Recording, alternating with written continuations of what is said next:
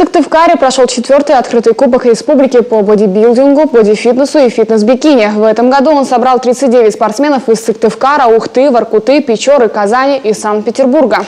Посмотреть на них пришли больше 1000 человек. Таисия Шляхтина была в их числе. Финальные штрихи перед выходом. Василий Ермаков наносит грим и настраивается эмоционально. Уроженец Печоры сейчас живет в Санкт-Петербурге, работает персональным тренером. Ради выступления на Кубке он вновь приехал в Коми и готов показать то, над чем упорно трудился последние несколько месяцев. Спортом молодой человек занимается всю жизнь. 15 лет отдал футболу, 2 года боксу. А когда начал заниматься бодибилдингом, понял, остановиться уже не может. Ведь для него это даже не спорт, а образ жизни.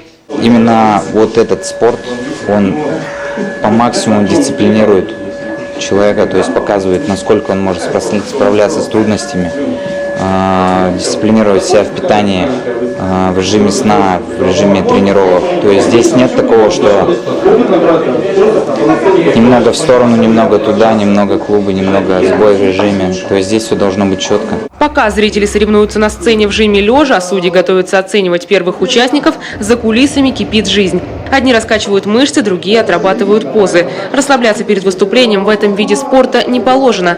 В напряжении не только мускулы, но и нервы. Первая номинация «Юноши». Участвовать в ней могут молодые люди до 18 лет. Когда на сцену выходят 4 участника, в возрасте некоторых многие начинают сомневаться. Владимиру Павловичу всего 17 лет и уже такой результат. Поскольку юный атлет старшим товарищам ничуть не уступает, переходит в следующую категорию. Игорь Юдин занимает 2-е место. Глядя на него, трудно поверить, что когда-то молодой человек страдал от лишнего веса. Набрал, потом скинул, был такой полный, набрал и скинул, засушился. Вот, формой недоволен, конечно. Хотелось бы лучше, но буду стараться.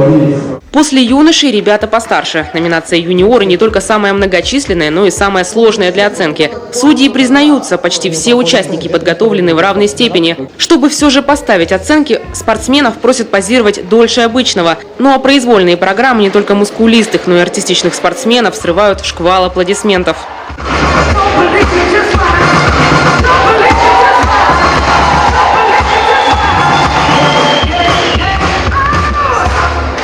Уверенно набирает популярность номинация «Фитнес-бикини». Первый старт в Коми девушкам дали несколько лет назад. Но вот уже сейчас за звание лучшей борются 7 спортсменок. Участницы номинации «Фитнес-бикини» и «Боди-фитнес» – главное украшение турнира, хотя оценивают их совершенно по-разному. Если в боди-фитнесе, бодибилдинге, да, там оценивается, можно сказать, сепарация мышц, да, глубина мышц, то в фитнес-бикини все наоборот. Там мышцы немножко должны быть гладкие. То есть там не должно быть, знаете, венозности этой глубины, детализации мышечной. Должно быть все эстетично и красиво. Большинство участников этих соревнований публике уже знакомы. Однако многие к нынешнему кубку подготовились основательней и из одной номинации перешли в другую, более серьезную. Первые соревнования были фитнес-бикини, она меня готовила.